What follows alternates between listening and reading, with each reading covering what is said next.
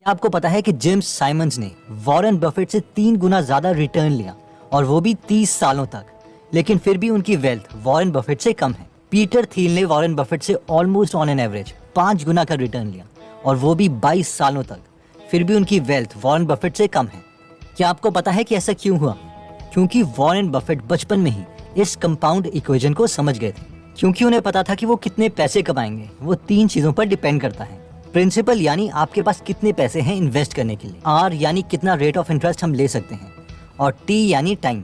और क्योंकि कम एज में उनके पास पैसे तो थे नहीं, लेकिन उन्होंने ये नहीं बोला कि मैं तो छोटा हूँ, मेरे पास पैसे नहीं हैं और अभी मैं क्या कर सकता हूँ, बल्कि उन्होंने ये सोचा कि बेशक पैसे ना हो लेकिन टाइम तो बहुत है और रेट ऑफ इंटरेस्ट को मैं अपनी स्किल से बढ़ा सकता हूँ, इसलिए कंपाउंडिंग मेरे लिए काम कर सकती है। वैसे ही हमें भी सोचना चाहिए कि बेशक हमारे पास अभी कम पैसे हैं, लेकिन हमारे पास अभी टाइम है जो इस इक्वेशन में अवेलेबल है, और उतना टाइम किसी 40 साल के इंसान के पास नहीं होगा, बेशक वो साल के 1 करोड़ पे ही क्यों ना कमा रहा हो। तो इस वीडियो में हम डिटेल में ये देखेंगे कि हम किस में और कैसे इन्वेस्ट कर सकते हैं अपने पहले 1000 रुपए को। So let's start my dear brothers and sisters. Okay, तो अब हम इमेजिन करते हैं कि आपके और आपके बेस्ट फ्रेंड के पास 1000 रुपए हैं। आपका बेस्ट फ्रेंड उसे किसी एंजॉयमेंट के लिए खर्च करना चाहता है, नेटफ्लिक्स की सब्सक्रिप्शन, मूवीज एक्सेट्रा, क्योंकि वो बिलीव करता है यार प्रेजेंट में जियो, 1000 रुपए से कौन सी किसी की लाइफ चेंज होने वाली है, फ्यूचर में मेरी अच्छी जॉब लगेगी और उसे पता नहीं कितने 1000 रुपए कमा लूंगा। लेकिन आप थोड़े इंटेलिजेंट हैं, लॉन्ग विजनिस्ट हैं, आपको पता है कि कंपाउंडिंग क्या है।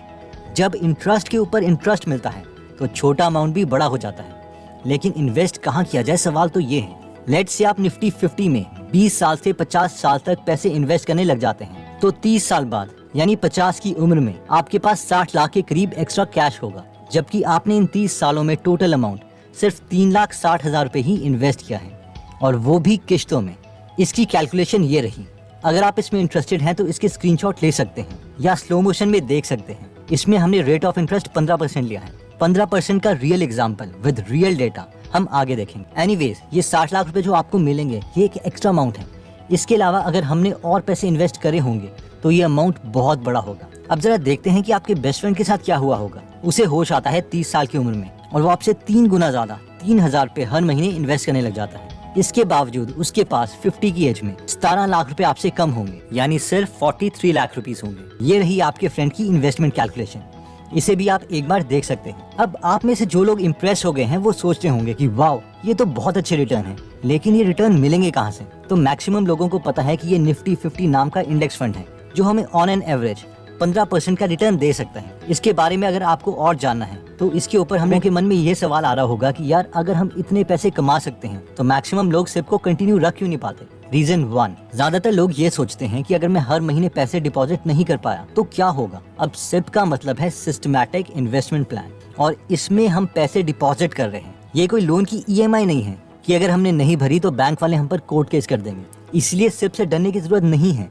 अगर हम चाहें तो कभी भी सिप को बंद करवा सकते हैं, या फिर उसमें ज्यादा पैसे डाल सकते हैं या कम पैसे डाल सकते हैं, या इवन पैसे निकाल भी सकते हैं और हम पर कोई कोर्ट केस नहीं होगा। सेकंड रीजन जिसकी वजह से लोग सिप जल्दी बंद कर देते हैं वो है वोलेटिलिटी, यानी मार्केट में उतार और चढ़ाव, जिसे लोग रिस्क समझ लेते हैं। चलिए इसे एक रियल एग्जांपल से समझते हैं।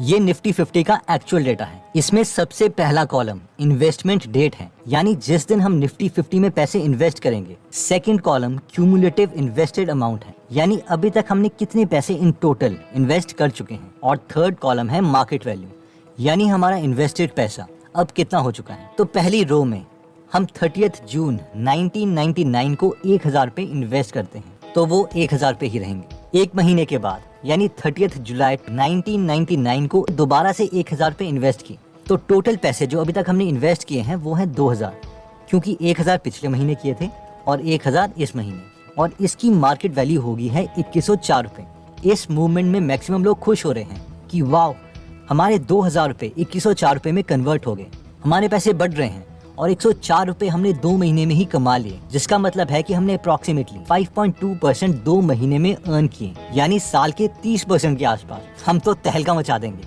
लेकिन रियलिटी में कोई तहलका नहीं मचा है। अभी हम आगे देखते हैं। हमारे इन्वेस्टमेंट के तीसरे महीने तक हम 3000 रुपए इन्वेस्ट कर चुके हैं और वो बन गए हैं 3287 रुपए। चौथे महीने 4000 रुपए बन गए हैं 4266 रुपए। यहाँ तक सब ठीक था, लेकिन फिफ्थ महीने अभी तक टोटल इन्वेस्टमेंट हमने की है 5000 रुपए की, जो बन चुके हैं 4834 रुपए। अब आप बोलेंगे यार ये क्या, मैं तो लॉस में चला गया। अब आपको इस थियोरी पर डाउट होने लगेगा। अगले कुछ महीने फिर सिचुएशन ठीक होगी, लेकिन फिर दोबारा से 14th, 15th, 16th मंथ में आपके NAV की मार्केट वैल्यू आपकी इन्वेस्टमेंट से भी कम है। आप सोचेंगे यार साल हो गया है, 14 मंथ चल रहा है, इससे अच्छा तो मैं किसी बैंक की FD में जमा करवा देता हूँ। और ये चीज़ चलती रहेगी, इसे ही वोलेटिलिटी कहते हैं। आप 28th मंथ में देखो, आपको 2 साल से ज़्यादा समय हो चुका है इन्वेस्ट करते हुए, हर महीने 1000 रुपये, लेकिन इन 28,000 रुपीज़ की वैल्यू 20,267 रुपीज़ है। पूरे 4 साल के बाद 48,000 रुपए की वैल्यू 42,838 है। इस वक्त मैक्सिमम लोग बोलेंगे क्या बेकार चीज है यार, पैसे बाहर निकालो, बेकार की वीडियो देखी थी। या जॉन बॉगल जिन्होंने ये थ्योरी दी है, ये भी इडियट है। और जैसे ही आपने पैसे निकाले आपको लॉस हो गया, क्योंकि स्टॉक मार्केट में एक्चुअल लॉस या प्रॉफिट तो पैसे निकालने में होता है, वरना ये तो पेपर लॉस ही था। लेकिन जो सिप को एक्चुअल में कंटिन्यू रखेंगे और आगे बढ़ते रहेंगे, वो ही रिटर्न पा पाएंगे। तो 30/10/2007 में जो लोग अभी तक टोटल 1,01,000 रुपए इन्वेस्ट कर चुके हैं, उनके पैसे हो गए हैं 4,12,916 रुपए, जो दोबारा से अब कम या ज्यादा होते रहेंगे।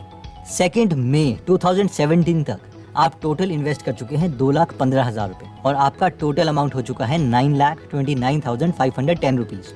और फाइनली अगर हम आज तक की बात करें, यानी 30 अगस्त 2021 तक, तो अभी तक हम इन्वेस्ट कर चुके हैं 2,67,000 रुपए और आपके NAV की टोटल मार्केट वैल्यू है 18,68,206 रुपए, यानी 18 लाख रुपए। और अगर इसका हम परसेंटेज रिटर्न देखें तो आपको टोटल रिटर्न मिला है 15.3%। और ये वोलेटिलिटी रीजन है जिसकी वजह से कोई इन्वेस्ट नहीं करता। इसलिए वॉरेन बफेट कहते हैं whenever I buy stocks I assume market is closed for next 5 years। यानी जब मैं कंपनी के शेयर्स लेता हूँ तो मैं ये एज्यूम करता हूँ कि मार्केट अगले 5 सालों के लिए बंद है, क्योंकि उन्हें पता है कि उनके शेयर्स की वैल्यू बढ़ती रहेगी और कम होती रहेगी। और वोलेटिलिटी शेयर मार्केट का नेचर है। आई नो हमें से कई लोग बहुत बड़े ड्रीमर्स हैं और आप लोग सोच रहे होंगे कि यार 18 लाख रुपए कोई बड़ा अमाउंट नहीं है। वैसे आपने हर महीने सिर्फ 1,000 रुपए ही डाले थे, अगर आप ज्यादा इन्वेस्ट करते तो वो एक्सपोनेंशियली ग्रो करता। एनीवेज, देखिए वॉरेन बफेट ने अपनी पहली इन्वेस्टमेंट करी थी 11 साल में। लेट से हम 9 साल लेट हो चुके हैं और हम इन्वेस्टमेंट स्टार्ट करते हैं 20 साल की उम्र में। 1,000 रुपए हर मंथ हम पैसे डालते रहते हैं और लाखों की नौकरी लगने पर भी हम कुछ पैसे इंक्रीज नहीं करते। देखो अभी वॉरेन बफेट की एज हो चुकी है 91 ईयर्स और उनकी नेट वर्थ है 6.4 लाख करोड़ रुपीज। आप मुझे बताओ कि अगर आप में कोई स्किल सेट नहीं है, सिर्फ इंडेक्स फंड में ही हम इन्वेस्ट करते रहते हैं, तो आपकी net worth at the age of 91 years क्या होगी? अगर हम इंडेक्स फंड का 15% रेट ऑफ इंटरेस्ट माने और महीने के हम 1,000 रुपए यानी साल के सिर्फ 12,000 रुपए इन्वेस्ट करते रहें, तो अगर हम 20 साल से स्टार्ट करते हैं तो 91 ईयर्स की एज में हमारे पास होंगे 187 करोड़ 63 लाख 47,170 रुपीज एंड 11 पैसे। ये रही इसकी कैलकुलेशन। इसे भी हम चाहें तो डिटेल में देख सकते हैं। I mean not bad. हमें तो वॉरेन बफेट की तरह किसी भी कंपनी की एनुअल रिपोर्ट पढ़नी ही नहीं थी, सिर्फ 1,000 रुपए हर महीने खुद ब खुद ऑटोमेटिकली इंडेक्स फंड में जाते रहते। हम में से जो लोग सोच रहे हैं कि यार 91 साल तक तो पता नहीं जिएंगे भी या नहीं, फिर क्या फायदा? फिर मुझे ये बताओ कि आप खुद तो अपने को वॉरेन बफेट से कंपेयर कर रहे हो और उनकी एज तक का पेशेंस हमारे पास है नहीं। एनीवेज, जो लोग स्मार्ट हैं वो इस वीडियो का मैसेज समझ गए होंगे और अपनी इंटेलिजेंस को यूज करके कुछ ना कुछ एक्शन लेंगे। तो दोस्तों बेसिकली इसमें हमने देखा कि अगर हमारे पास शुरू में ज्यादा पैसे नहीं हैं, तब भी हमारे पास कंपाउंडिंग के मैजिक के लिए टाइम और इंटरेस्ट रेट है। फिर हमने देखा कि इंडेक्स फंड में जनरली लोग इसलिए कंटिन्यू नहीं कर पाते क्योंकि उसकी वोलेटिलिटी यानी उतार चढ़ाव है। इसके अलावा हमने देखा कि सिर्फ कोई बैंक की EMI लोन की तरह नहीं है कि अगर हम इन्वेस्ट नहीं करेंगे तो हमारे ऊपर कोर्ट केस हो जाएगा। हम जब चाहें इसे बंद कर सकते हैं, ज्यादा पैसे डाल सकते हैं या फिर पैसे निकाल सकते हैं। दोस्तों अगर आपके घर में कोई भी यंग पर्सन है तो उसके साथ ये वीडियो जरूर शेयर करें ताकि वो भी इन्वेस्टिंग को